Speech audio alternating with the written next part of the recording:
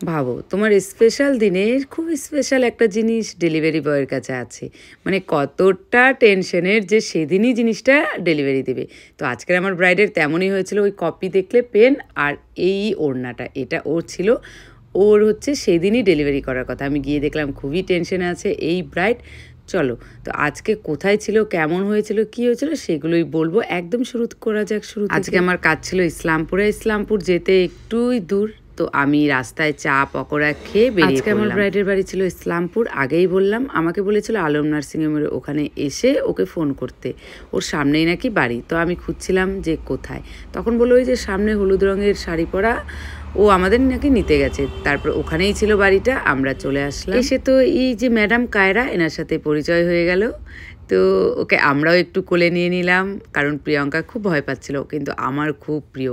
অবশ্য আমি এদের দেখে খুব ভয় পেতাম, কিন্তু আমার ছেলের যে এত প্রিয়, এত ভালোবাসে, ওর সাথে থাকতে থাকতে আমিও এদের এখন কোলে নিতে পারি, কারণ আগে এদের দেখে আমি খুব। এরপরে শুরু করে দিলাম আমাদের কাজ। এই যে আমার ব্রাইড, ওর আজকে নিকা, ওর রেশমা।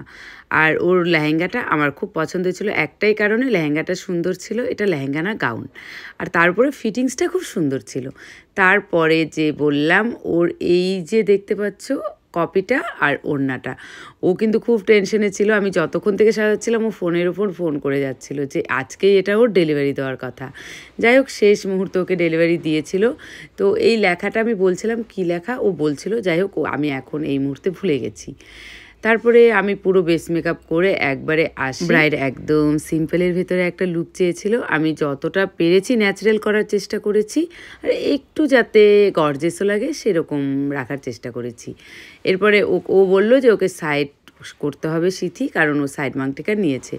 এরপরে সাইড সিথি করে যেমন হয়, এরপরে ওর যেটা ডিমান্ড ছিল, এটা ও মাথায় ওড়না নেবে, আর যখন নিকার টাইম হবে এই ওড়নাটা খুলে ও পুরো সামনে আনবে। তো আমি সেই হিসেবে দুটো জাস্ট ক্লিপ দিয়ে ওকে সেট করে ওর লুকটা কমপ্লিট করি। এরপর আমাদের 3-4টার উপরে ওখানে পার্টি লুক ছিল, এর উপরেই ছিল বলতে গেলে। আমরা সবগুলো করতে পারিনি, 4টাই করেছি। সমস্ত ফটো ভিডিও নিই নাই, এই পার্টি মেকআপগুলো তেমন গুছিয়ে আমি ফটো ভিডিও করিনি, কারণ হচ্ছে অনেকটাই লেট ছিল। ওরাও যাবে ভবনে, আর আমরাও লেট হয়ে গিয়েছিলাম। আর আমার ব্রাইডকে কেমন লাগছে সেটা কিন্তু তোমরা অবশ্যই কমেন্টস করে জানিও।